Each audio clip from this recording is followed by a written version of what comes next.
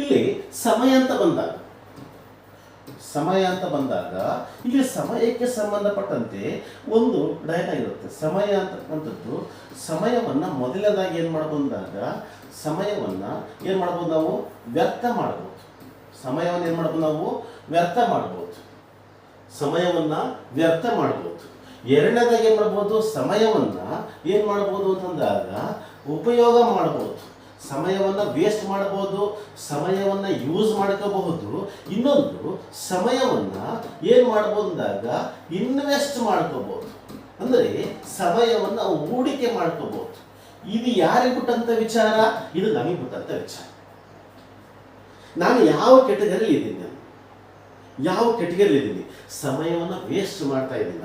ಏನು ಸಮಯವನ್ನು ವೇಸ್ಟ್ ಮಾಡಲಾಗ್ತೇನೆ ಅಂದಾಗ ನನ್ನ ಜೀವನಕ್ಕೆ ಸಂಬಂಧ ಇಲ್ಲದೆ ಇರತಕ್ಕಂತಹ ಯಾವುದೋ ಒಂದು ತಾತ್ಕಾಲಿಕ ಸುಖಕ್ಕೋಸ್ಕರನೇ ನಮ್ಮ ಸಮಯವನ್ನು ವೇಸ್ಟ್ ಮಾಡ್ಕೊಳ್ತಕ್ಕಂಥದ್ದು.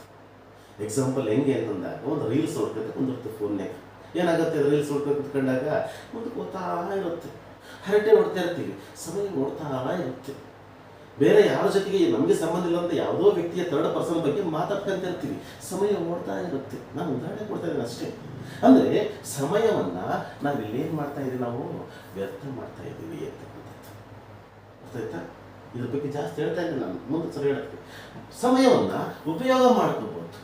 ಏನು ಸಮಯವನ್ನು ಉಪಯೋಗ ಮಾಡ್ಕೋಬೋದು ಅಂತಂದಾಗ ನಾವು ಇರತಕ್ಕಂಥ ಸಮಯವನ್ನು ತಾತ್ಕಾಲಿಕ ಗುರಿಗೋಸ್ಕರನೇ ನಾನು ಏನು ಮಾಡ್ಬೇಕು ಅನ್ಕೊಂಡೀನಿ ಅದಕ್ಕೆ ಬಳಕೆ ಮಾಡ್ಕೊಳ್ತಕ್ಕಂಥದ್ದು ಏನದು ಉಪಯೋಗ ಮಾಡ್ಕೊಳ್ತಕ್ಕಂಥದ್ದು.